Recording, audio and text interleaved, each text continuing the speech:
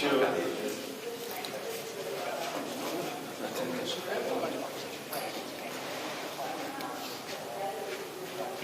that's right. Right, he's here. Thanks, boss. He's here.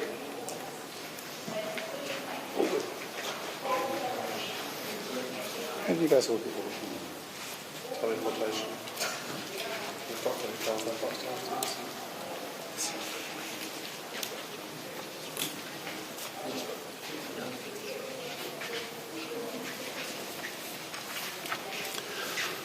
Well, kia ora, good afternoon everyone. How are we?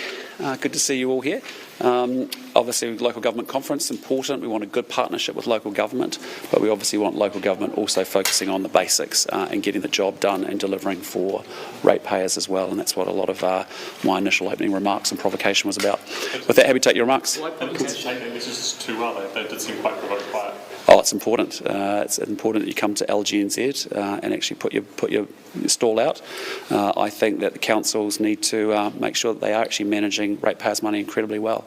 And you're looking at a tool, an Australian-style tool, to ensure that they are actually unable to spend money on non-core tasks that they don't want to spend on. Can you explain that? Yeah, I'll let Simeon talk to that. Well, what it's about is actually making sure there's a cap on non-core expenditure. If you go to look at the New South Wales model, they've got a regulator, IPART, which actually basically regulates what price increases can be put on for non-core infrastructure or non-core programs, so not infrastructure but non-core programs that councils do.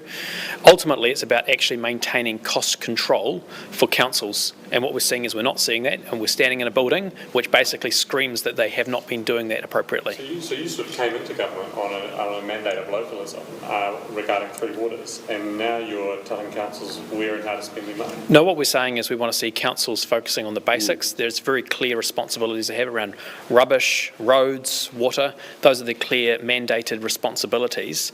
But ultimately, if they're going to spend money outside of that, we're actually going to say, well, there should be price caps so that ratepayers who ultimately are bearing the burden and bearing the brunt are not just constantly seeing their rates bill go up. We want to see investment in those core infrastructure elements, but we actually want to see cost under control in those other areas. How is that localism though? Because it sounds like paternalism. No, it's about making sure that there is cost control. I mean, and when it comes to... No, can I answer that? I mean, what I'd say to you is, let's be really clear. You know, New Zealand is about rights and responsibilities. We believe in localism and devolution, and many councils are actually doing a very good job managing their balance sheets, managing their assets incredibly well, managing their discipline on their financial spending well. But with localism also comes rights and responsibilities. And so, yes, there's a right for localism, and we're going to open up, and open up new revenue tools. We've talked about opening up, city and regional deals, which was our idea in opposition, which we want to bring to life. We think it's very important to do that. But equally comes responsibility, not to do dumb stuff. How on earth do you have a city like Wellington where today our pipes break not very far from this complex here? And so what has been going on around the investment in water assets? What is happening on the core challenges? Do you believe in localism but on your terms? No. Localism is about rights and responsibilities, as is everything. We want to empower local communities, but we expect to get results for that. How does it work for voters? Just exactly as I expect voters to hold us accountable in central government.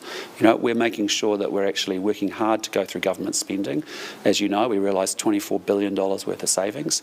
We've been able to make sure we get people tax relief so they keep money in their own pocket and get rid of the bureaucracy, and that will continue. But couldn't the argument be made that you'd be limiting voters' choice effectively because you'd be narrowing what local government could do, and voters expect that their councils can do different things?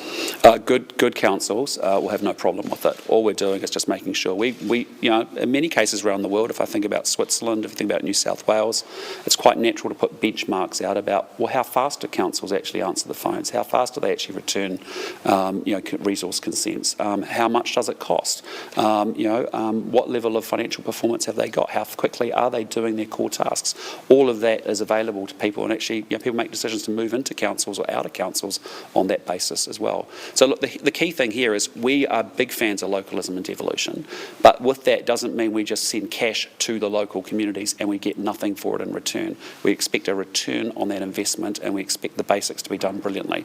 And to be honest, we've seen councils get distracted, and so we're making it very clear, given we've got a big investment, I think we've got well over 1,000 elected officials across this country in local government and many local governments and district councils that we expect results, and we expect them to deliver for ratepayers in the same way we're delivering for taxpayers, in the same way that families have had to tighten their belts and so have businesses.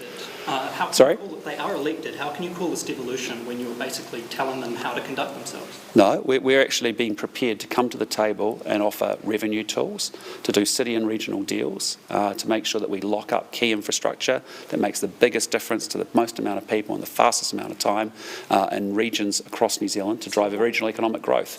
So that is a different way of working from what has historically been happening in the last 6 years. And so that's the partnership that we want to work for. But if we're going to give taxpayers money, we expect that to be well managed, as we would include the central government spending. Talk about incentives. Are the funding tools basically the carrot and these caps the stick?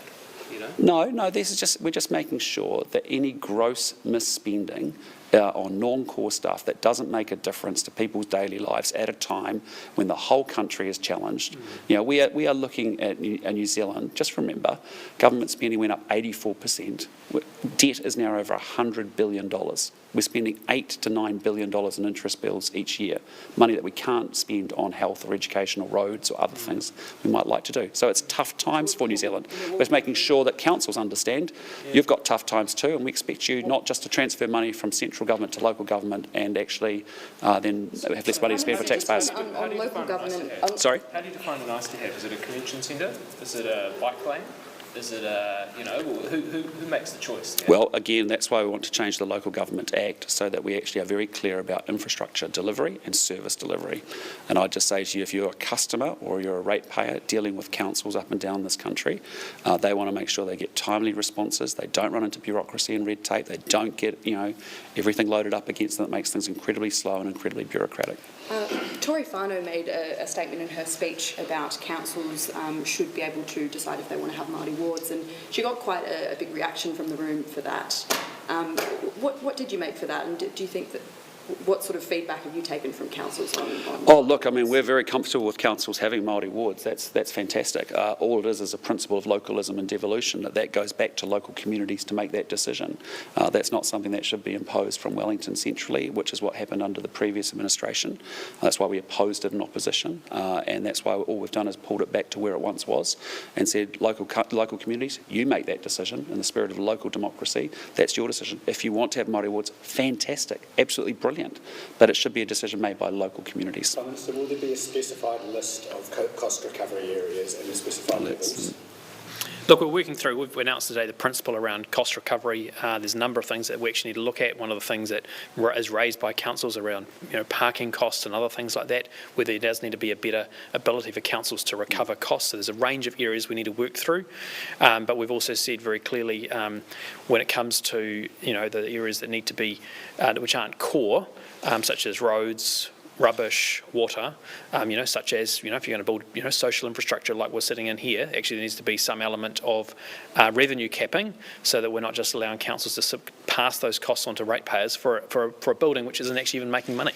So, and the pipes are bursting outside. So that's what we're going to work through. And we're also looking at how then can we have an independent body such as, if you go to New South Wales, you've got IPART, which actually looks at council expenditure and revenues and actually makes sure that those expenditures are reasonable, they're rational. It's just like what we're doing with water. We're putting economic regulation in place to make sure that there's an efficient investment of ratepayers' money, because that's what ratepayers expect. All right, we'll do two more questions. Sorry. No. Ultimately, this is about making sure that we have the tools in place to ensure efficiency of investment. And that's why we're putting economic regulator in place for water infrastructure, because actually ratepayers expect that every single dollar that is spent has an efficient investment and gets bang for buck. Minister, it sounded like the two of you essentially declared war on council. Is it war on council, or is it war on council waste? No, I disagree completely. There are many councils and mayors that are doing a fantastic job up and down this country, a sensational job, and that we appreciate that it's been difficult for everybody in a cost of living crisis, thanks to the previous government's load of inflation that we've all been dealing with. But what I just say to you is what we're not tolerating is wasteful spending. We want councils to be really attuned and have financial discipline at the heart of what they're doing. So get clear on the prioritisation of projects, get clear on what you can and can't afford. Cut your cloth accordingly to make sure that you can deliver your budget and the set of projects that you've got on board, that they are the most important projects, the ones that will make the biggest difference and have the most value for people. So it's war on council waste? It's war on council waste, absolutely. I think there's a lot of government council spending. I think there's a lot of bureaucracy in the system that needs to be freed up to actually have a customer mindset to actually serve the ratepayers that are actually paying the bills.